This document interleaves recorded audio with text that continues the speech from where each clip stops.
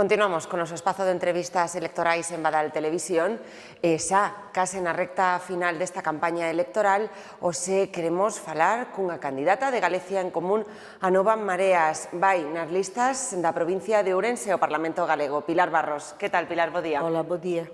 Bueno, eu te coñezo máis ou menos xa de un tempo, pero para a xente que nos este agora mesmo vendo ou que non te coñeza, lles pode parecer extraño, cando menos curioso, que unha muller que está xa xubilada, podemos decirlo perfectamente, e camiño dos 70 anos... Pouquiño me falta. Pouquiño falta, pois que decida meterse no mundo da política. Bueno, eu xa levo anos metida no mundo da política, porque, bueno, política, a palabra ben o di, non? Poli significa ciudad e ética a maneira de rexir unha ciudad, non? Ou un pueblo, non? Penso que todos facemos política de unha maneira ou de outra, non hai nadie apolítico, porque o que di que é apolítico non falta pouco a verdade, non? Bueno, eu desde os 30 anos así sempre tuve inquietudes e, bueno, me preocupaba, non? As faltas de, bueno, de que houbera xente con faltas de, bueno, de medios, non? E outra xente que, bueno, que tuvera a vida máis cómoda, que está ben, non? Pero o que non pode ver é moita diferencia social, non?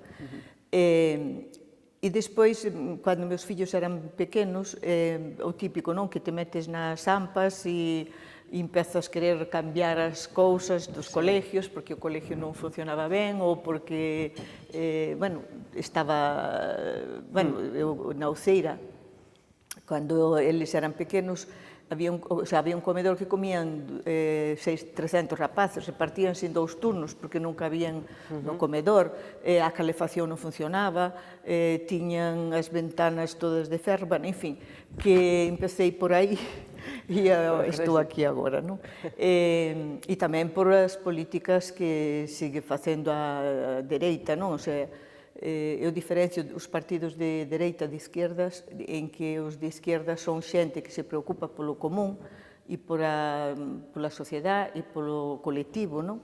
En cuanto que a dereita é o único que se preocupa por si mesma e por os seus quitar beneficios desa sociedade, non? E nós aquí levamos en Galicia, eu polo menos desde que estou aquí, acórdame o goberno da Xunta de Galicia, despois da transición, foi sempre de dereitas, non? Eu penso que 4 anos ou así, ou 3 anos e pico, foi cando gobernou o bipartito, e despois xa entrou Feijóo e temos aquí Feijóo desde fai máis de 11 anos, non? Bueno, vai para 11 anos. Entón, as políticas que ten feito foron sempre de privatizacións, de vender o que era de todos, non? Por exemplo, aí temos o caso de Alcoa, que era pública, e na época de Aznar foi inyectada a cartos primeiro, despois privatizada, e agora vemos o que está pasando, non? Que o goberno da Xunta ten competencia totalmente en industria e non está poñendo cartas nun asunto, simplemente o que fai é derivar ao goberno central dicindo que é culpa deles para ele quedar de rositas, non? O venden como un gran xestor e eu non creo que sea así, porque aí temos o caso de Pemes, o caso das caixas de aforro, non? Que ainda agora o Tribunal Superior deulle razón a Antón Sánchez, que era no diputado cando foi Ague, en que eles ocultaron información para privatizar, o sea, privatizan as caixas de aforro, antes inyectan 10.000 millóns de euros para levantala, para sanealas, e a venden por 1.000 millóns a Escotés, ao señor de venezolano, e aos 3 anos ou 2 anos ele ten un beneficio de casi 3 millóns de euros, non? Que decir que son uns negocios, o sea, iso non é xestión, non? Ese despilfarrar. Ese é un dos motivos, non? E, a ver... E por que con Galicia en Común a Nova Mareas, Pilar? Vamos ver, por motivos desos, non? Que quero que cambie esa política que eu parece nefasta, non? e tamén por un motivo personal, non? Porque eu conozco a David Brustos desde fai bastante tempo, fomos compañeiros de traballo nun mesmo centro educativo e realmente é unha persona intachable, non? O sea que cando todos os alumnos, bueno, igual un, ¿no? Pero cando o 99% dos alumnos o adoran, e os compañeiros de traballo, e non hai nadie que traballou con el, ou que algún alumno podes preguntarlle, e todos orgullosos de que fora seu profesor, non?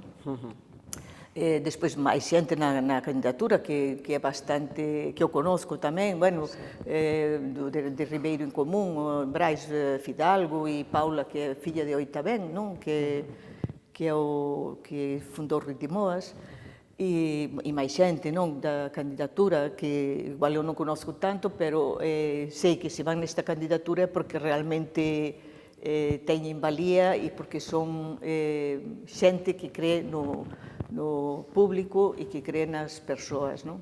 Sí, digamos, o equipo tamén que é moi importante. Eso, o sea, Galiza en Común, a Nova Mareas, pon por riba de todo as persoas, non? Viuse agora esta crisis comparada coa crise do 2008, cando foi que o único que se preocupou foi da banca e non se preocupou das persoas da cidadanía, non? Sí. E agora desta vez sí se preocupou, non? O sea, primeiro foi salvar as persoas que indirectamente se salva as empresas, porque se tú eres empresario e tes uns obreiros que os tes que facer un ERE e despedilos, e se tú tes esa parte coberta cos ERTES que se crearon, non? E os autónomos e axudou económicamente, e a Seguridade Social tamén, que os empresarios reduciuse os pagos da Seguridade Social, indirectamente son cartos que van ao empresario, non? E a reducción dos alquileres, non? 50%, e as moratorias nas hipotecas agora. Pois falemos, Pilar, desa crise da que falas, da crise sanitaria do coronavirus. Precisamente a xente da terceira idade foi, con diferencia, a máis afectada pola súa saúde. Como valorarías, Pilar, a xestión que se fixo dende a Xunta dos centros de día, das residencias de maiores? Eu penso que a xestión foi en todas as autonomías onde gobernaba a dereita, o Partido Popular e eso, a xestión foi fruto de cousas que viñan de atrás. A xestión non se fai nun día, non? Quer dizer, que non é de repente nos levantamos e a xestión está mal feita, non? Senón iso ven de atrás. Nos anos que está Feijóo, non creou ninguna plaza para residencias de terceira idade públicas, non? Todas foron privadas. As que había públicas as mantuvo, e algunhas e outras as privatizou. O caso aquí da residencia do Cornoval, que fora ampliada no bipartito, gastouse 50 millóns de pesetas, sí, daquela en facer ampliar a zona, e que despois o que se fixo foi privatizar a mitad, que a outra mitad está ainda aí inutilizada, non? E, entonces, o problema das privatizacións é que non se deben facer residencias, macroresidencias, non? Porque é un modelo que o que fai é, claro, iso é como granxas, non? O sea, quanto maior é a granxa, peor, máis fácil transmitir a enfermedade, non? E aquí foi eso, a concentración de maiores en residencias en donde, non todas, pero a maioría son de fondo estranxeiras, non? Como esa de Cangas, a BIS 6, non? Bueno, como se chama? Non sei como se chama exactamente, pero bueno, en Cangas. Pois esas residencias son de fondos franceses, non son españoles, bueno, son de multinacionales ou eso, que se dedican a, claro, e non van, o traballo que fan non é de manter altruista, non? Senón é para quitar beneficios a unha empresa, non? Entón, iso é o que non se pode facer. A atención dos maiores, a sanidade, a educación e as enerxías ten que ser públicas, non debe de ser privadas, non? E se hai privada, non pode ser nesas dimensións tan grandes como son as que hai agora. Para que sea un trato máis personalizado. Ten que ser máis personalizado e ten que estar máis cerca da zona onde vive este maior. Eu, por exemplo, penso que o sistema de residencias está ben só no caso de non válidos. O sea, que enquanto a persona é válida, debe ser atendida na súa casa e manter a persona maior o máis tempo posible na súa propia casa.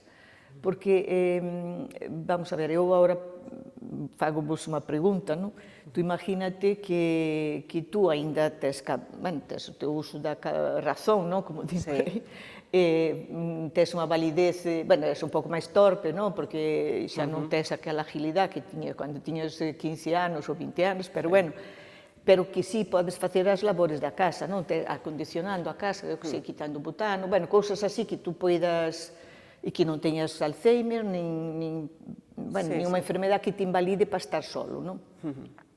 A asistencia a domicilio é o ideal, e centros de día nos concellos. Eso xera postos de traballo no rural. Evitas o desarraigo dos maiores, porque tú levas a un maior a unha residencia e tú sepáralo de toda a súa vida. Imagínate que eu agora mesmo te digo, mira, tú tens que marchar da tua casa e ese lar, porque non é a casa, iso que construíche, que moitos anos viviche ali, as vivencias, as risas dos teus fillos, todo o que tes ali. E se tes unha mascota ou iso, tes que deixala para poder ir a un sitio con xente que non conoces e compartir unha habitación e uns espacios comunes. Ponte a pensarlo. Sí, sí, sí. E despois non vas ter a relación que tiñas ca tua familia, non? Eu entendo que os maiores non debemos invadir a casa dos fillos, non? Porque ten dereito a vivir a súa vida, non? Pero nós, os maiores, tamén temos dereito a permanecer no noso hogar o máis tempo posible. Ti, Pilar, eres dun concello pequeno e, supoño que, como todo mundo, coñeces as cousas que van ben, as que funcionan, as que non. Que políticas ten Galicia en Común, a Nova Mareas, para eses concellos máis pequenos que se están despoboando tanto para asentamento da poboación? Vamos a ver, eu penso que o tipo de... eu veixo un caso así como Beariz, non? Crearon un parque industrial, pero está ali morto da risa, porque non é fácil, non? O sea, crear industria nun sitio, o sea, diversificar a industria en tantos puntos, non? Pero, o que hai que potenciar son os servicios mínimos, por exemplo, non? O colegio non debe pechar, ten que ser un colegio aberto, porque sei que a veces costa cartos manter un profesor con 4 alumnos, pero é necesario, non podes pechar os ambulatorios, ten que funcionar, porque se tú tes servicios sociales adecuados, a xente non marcha do pueblo, a xente queda. E se queda personas, podes atraer outra xente xove que se afinca ali. De feito, agora ves que con isto da crise do coronavirus, moita xente que vivía en pisos, que tuvo que estar encerrada, está deseando comprar ou volver ás aldeas, non? Sí, a ver se lle damos ese pulo agora. Non, porque, a ver, nunha casa non é o mismo encierro nunha casa que nun piso. E se tes críos pequenos, 4 personas nun piso de 60 metros cuadrados, iso é un inferno, o sea, botar aí todo o día, se non podes salir, sin nada. Eu vivo nunha casa, non me imagino o que pode pasar, non? Pero eu salía fora e tal, entonces non é o mismo. E conozco xente que se está planteando volver ao rural. Pero claro, volver ao rural significa ter unha boa conexión de internet, ter uns servicios, un médico, ter o colegio, unha farmacia, eses servicios mínimos. E despois existe moita vida tamén no rural. Por exemplo, hai un montón de... aquí en Galicia casi todos os pueblos teñen montes comunales que podes dedicar a gandería, a plantación de... a silvicultura, hai moita cousa que podes facer no rural enfocado ao sector primario, que eu penso que é o que hai que desenrolar. De feito, aquí o que pasou foi que cando se creou cando foi do mercado común, inflouse de supermercados grandes que non compran os produtos o sea, non se compra daqui dos paisanos, non se compra os produtos que se producían. Se tú non tens maneira de comercializalos, acabas deixando de producir.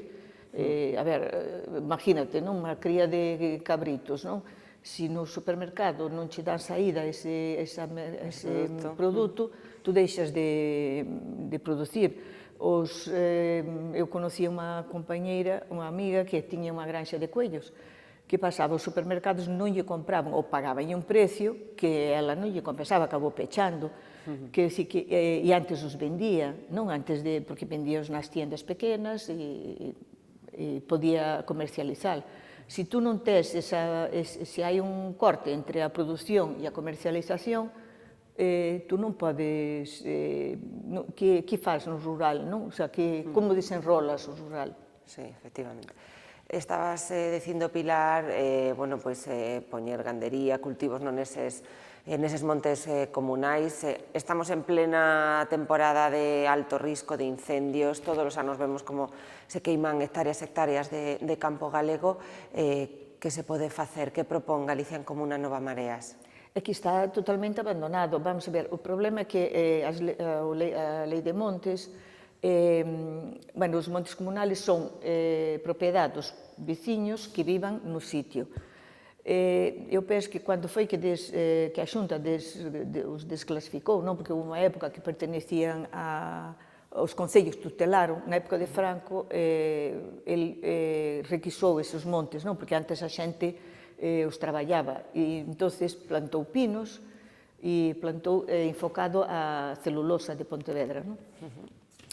E cando, no 75, ele devolveulle aos veciños, pero devolveu de unha maneira así un pouco anárquica, deixou a voluntade de que os veciños decidiran se montaban unha xunta rectora, e tal, e deixou unha lei un pouco complicada, o sea, tú podes solo repartir o 30%, e outro 30% tres que ben social e o outro devolvelo ao monte, non? O sea, invertir no monte. Que pasa? As xuntas rectoras, entre que a xente marchou, están moi embellecidas e non tiñan tampouco costumbres comerciales, non? O sea, non eran xestores, non? E o típico nos veciños, o sea, eles antes xestionaban o monte porque o monte estaba aí e ele podía ir con 15 vacas, o outro con non sei quantas ovellas, ou que fose, non? Entón, eles disfrutaban do monte e ese monte quitaban os beneficios. Podían coller pedra para facer súas casas, era de todos, non? Pero agora tamén, entre que marchou a xente dos pueblos e queda ese vacío, non, de que xente que ten casa ali, pero que non vive ali, e se é comuneiro, se non é comuneiro, iso crea unha tensión, entón hai un abandono por ese motivo, non? Entón, eu penso que debía quedar máis, e non tampouco delimitaron os montes cos veciños, entón, mitad dos montes está sin poñer as lindes, sin lindar, non? Entón, un veciño ben, un pueblo ben, cortalle os pinos do pueblo seguinte e andan así, non? O sea, que sí que tiña que haber unha figura que pudera xestionar eso de maneira que os veciños viran que se realmente dá beneficio e que se puderan manter nesa aldea, nese pueblo, e revitalizar. Hai moito diñeiro, e hai moita posibilidade, máis do que nas cidades, o sea que... Pois haberá que ver se hai efectivamente tanta posibilidade de emprendemento. Tú nunha aldea podes sobrevivir perfectamente, pero tú nunha cidade, se perdes o traballo, non sobrevives, morres literalmente de fame, porque onde quitas nada. Si, tes a materia prima, digamos. Claro, porque Galicia, dentro do que cabe, eu xa non, pero o meu sogro e os maiores seguiron plantando así para a casa, non? O sea, as patatas, tiñan galiñas e tal. Entonces, nós os que estamos máis nas vilas, ainda seguimos vinculados a ese sobrante, non? Dese rural, e entonces non notamos eso, non? Pero se vas a Madrid ou nun sitio grande que non hai ese vínculo, notase que se perdes o traballo, perdes todo. Perdes todo, sí. Xa por último, Pilar, tamén quería falar eu contigo da conciliación.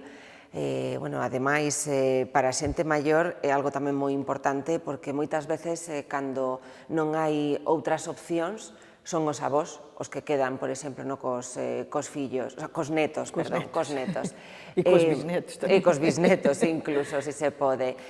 Precisamente, nesta pandemia, co teletraballo, púidose facer a conciliación, púidose facer, non digo mellor ou peor, pero algo púidose facer, porque precisamente non podíamos deixar os pequenos cos avós, ou ser poboación de risco, pero xa a xente comezou, a maioría, a traballar presencialmente, estamos vendo tamén algunhas dificultades. Dentro do programa de Galicia en Común a Nova Mareas hai políticas para a conciliación e, ademais, hai políticas para a conciliación precisamente para a xente enferma de coronavirus ou que teña que facer corentena ou illamento, non? Vamos a ver, a nivel central, non? Galicia en Común, xunto con Unidas Podemos, a nivel do Estado, que está constituindo un goberno de coalición, eles xa aprobárase unha lei de conciliación que é de cando tes bebés, cando tes un fillo, os permisos de paternidade e maternidade, antes podías cambiálo, non? Eu podía pedir os 3 meses e meu marido collía, se a muller non traballaba, repartías ou tal, non? E agora non, agora son 3 meses para o pai e 3 meses para a nai, non? Iso foi un logro que se fixo a nivel Estado, non? O que teño entendido é que queremos, non? Queren, se gobernamos a Xunta, que espero que sí, despois do día 12, ampliar eses permisos, non? O sea, que igual que en Europa hai sitios que hasta, Suecia, hasta 3 anos, os pais cuidan dos seus bebés, non? Porque é moi importante a educación que lle das aos fillos, polo menos os 2 ou 3 primeiros anos de vida, estar en contacto cos pais e coa familia é o máis importante que hai, non? E hoxe vemos que os horarios laborales de 8 horas, non? Que non son 8 horas, porque tú desde que sales do traballo hasta que volves tal, igual quedas 10 horas fora da casa. E cando chegas os nenos están dormindo, e a veces hai pais que ven os fillos igual un fin de semana, de fin de semana, non? O sea, que como podes criar os fillos? Eu acórdome, antes no rural, os fillos estaban acompañando os pais sempre, non? Había unha relación da sociedade, non? Entre os pais, os avós, e a sociedade criaba os fillos, non daba traballo criar un neno, non? O sea, que era igual que tampouco os maiores daban traballo, porque seguían nas súas casas, os fillos iban cuidalos ás súas casas, non? O sea, ao lado. E entonces, iso é unha das, aumentar os permisos de paternidade e maternidade e conseguir centros en donde poida colaborar, centros de educación infantil ou así, para poder levar unhas horas ou eso. Pero, eu penso que os avós ten que seguir botando mamao. Sí, ten que seguir, pero, como decía, é importante precisamente en situacións como estas, que se pense especificamente en xente que cunha enfermidade así, pois quizáis o máis seguro non é deixalos os avós. Claro, eu conozco coincidín con unha amiga miña que ela tuvo coronavirus, coincidín, eu non estuve con ela, pero que sí que, e teña 2 nenos pequenos e tuveron que levar os 2, estuvo un mes, non estuvo ingresada, pero aislada, non? 15 ou 20 días, sin ver os nenos nin nada, non? Entonces, necesita a alguén, un familiar ou eso, ou un centro, un sitio onde poida aislala, non? O sea que realmente o do COVID é unha situación moi complicada e eu non descarto que non nos volva, non o rebrote, porque eso está aí, non? Pero que po ano que ven non veña outro virus ou eso, o sea, eu penso que este tipo de situacións o mundo ten que cambiar, non? O sea, de feito, eu penso que vai ser antes do COVID e despois do COVID, non? Que as políticas económicas e o medio ambiente hai que cuidalo porque moito deste virus está ocasionado por a deforestación, por o tráfico de animales, de non cuidar medio ambiente, contaminar os campos coas herbicidas, o glifosato, os ríos, o sea, que estamos autodestruindo, non? O sea, sí, dende logo ten que facernos pensar en moito, vai a ser un antes e un despois. Si o capitalismo brutal que estamos vivindo, que estábamos vivindo hasta ahora, ten que dar un volco, non? Eso non pode ser así porque vamos a acabar destruíndonos a nós mesmos, non? Se non poñemos freno a isto, non? Bueno, quedémonos coa parte positiva, efectivamente, de pensar en que todo isto vai nos facer reflexionar, dende logo, moito. Pois, Pilar Barros, alegrome moitísimo de falarose contigo, e, bueno, de poñerlle voz en primeira persoa, efectivamente, a xente da terceira idade que tanto e tanto ten que decir e que opinar nesta sociedade. Sí, bueno, eu quería tamén facer un chamamento a toda a población e sobre todo a xente xoven que quedou un pouco desencantada, que está dicindo que non vai votar porque somos todos o mismo, somos todos iguales. Non somos todos iguales. Eso foi unha táctica da dereita para desprestixiar a política e dicir que todos somos iguales. E hai xente que sí, hai políticos que sí somos legales e que queremos dar un cambio a isto e que non mentimos, porque mira aí unha persona que di moitas veces, o sea, unha mentira dita varias veces parece unha verdade, non? Por exemplo, un señor que vende un bolso de coiro e dice, isto é de coiro. Entonces, dice, bueno, pois pode ser que sea de coiro, non? Pero cando di isto é de coiro, ollo, que iso é de plástico. E é o que está pasando con Feijóo. Cando ele di Galiza, ollo, porque ele o que está querendo é vendernos a Galiza.